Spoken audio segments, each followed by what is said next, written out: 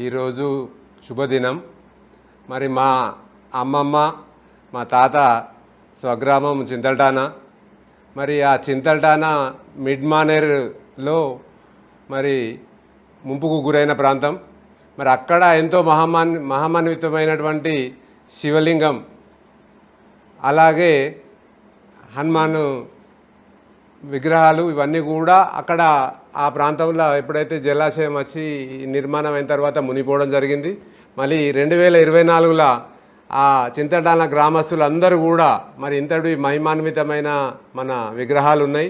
ఆ విగ్రహాలను ఎక్కడైతే మరి కొత్తగా నిర్మితమైందో ఆ గ్రామానికి తరలించుకోవాలనే పట్టుదలతోటి అందరు కూడా గ్రామస్తుల సహకారం తీసుకొని మరి మా బావగారు రేగులపాటి వెంకట్రావు గారు, మరి అదే మాకు అందరికి తెలిసిందే మన వేములవాడ సిరిసిల్ల ప్రాంతాలకు పాపరావు గారు, మరి రుద్రవరం పాపరావుగా పేరుగాంచిన వారి స్వగ్రామం కూడా చింతటాననే.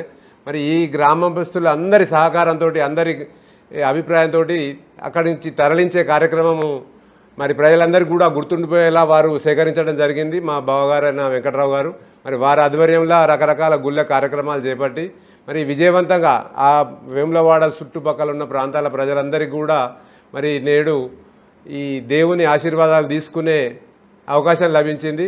ఈ ఏదైతే ఇంత మంచి మహిమాన్వితమైన గుళ్ళను అక్కడ ప్రతిష్ఠించిన వారందరికీ కూడా ధన్యవాదాలు, శుభాకాంక్షలు తెలియజేసుకుంటూ అలాగే మరి అక్కడ లోపల గ్రానైట్ దాత ఇక్కడనే ఉన్నారు, మన అన్నంనేని నరసింహరావు గారు.